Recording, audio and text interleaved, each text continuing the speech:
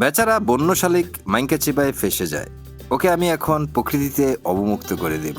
ওর সঙ্গী নিশ্চয়ই আশেপাশে কোথাও আছে, তো ওকে তো আমি ছেড়ে দেবই। তার আগে কিছু কথা বলে নেই, ও আমার কাছে কিভাবে এলো। শালিক পাখি দেখতে কিন্তু খুব সুন্দর একটি পাখি, গরিবের ময়না পাখি। এই পাখিগুলো কিন্তু সহজে পোষ মানে বা ট্যাম করা যায়। যেহেতু সে প্রকৃতিতে বড় হয়েছে, তাকে আমার কাছে রাখা মোটেও ঠিক হবে না। আজ দুপুরবেলায় এই শালিক পাখিটি আমার ব্যালকনিতে ঢুকে যায়। ব্যালকনি কিন্তু চারিদিকে নেট দিয়ে ঘেরা ছিল। নেটের একটা সাইড একটু ফুটা ছিল, ফুটা দিয়ে মেবি ঢুকে আর বেরোতে পারছে না।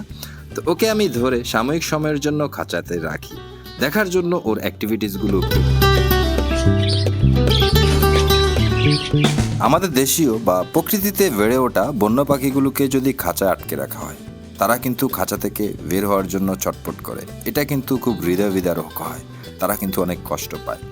তো কোনো পাখিপ্রেমী কখনো প্রকৃতিতে থাকা পাখিগুলোকে খাঁচায় আটকে রাখতে পারে না। তবে এই শালিক পাখিটি দেখতে খুবই স্বাস্থ্যবান এবং সুন্দর। এটা একটা ছেলে শালিক পাখি, খুব শক্তি ওর গায়ে। ওকে আমি এখন ছাদে গিয়ে অবমুক্ত করে দেব। আমাদের দেশে কয়েক প্রজাতির শালিক পাখি দেখতে পাওয়া যায়। আমার হাতে যে শালিক পাখিটি দেখতে পাচ্ছেন, এটাকে কেউ লাল শালিক বলে, কেউ ভাত শালিক বলে। আর এই জাতের শালিক পাখিগুলো বেশ বড় হয়ে থাকে এবং অনেক সুন্দর হয়ে থাকে। যতই সুন্দর হোক, ওকে খাঁচায় আটকে রাখা আর জেলখানায় রাখা একই কথা। ওরা আসলে প্রকৃতিতে বড় হয়েছে, প্রকৃতিতে সার্ভাইভ করেছে, তাই প্রকৃতি ওদের জন্য আদর্শ জায়গা। নিশ্চয়ই ওর সঙ্গী আশেপাশে কোথাও আছে, ওকে খোঁজ করছে। তো আমিও ছাদে নিয়ে আসলাম দেখার জন্য আসলে ও কোন দিকে যায়। তো দেখি কোন দিকে যায় ও। যাও, এই রে উড়াল দিশে যায়, খুব সুন্দর ফ্লাইং করে। তো গিয়ে বসলো জানালার সানসিটে। তো ওর সঙ্গীকে দেখতে পাচ্ছি না। এই রে, ওর সঙ্গীও গিয়ে কিন্তু পাশাপাশি বসেছে। এখান থেকে দেখতে পাচ্ছেন কিনা আমি জানি না। দেখি ওরা কি করছে। আবার উড়াল দিছে, দুইটাই মিলে উড়াল দিছে।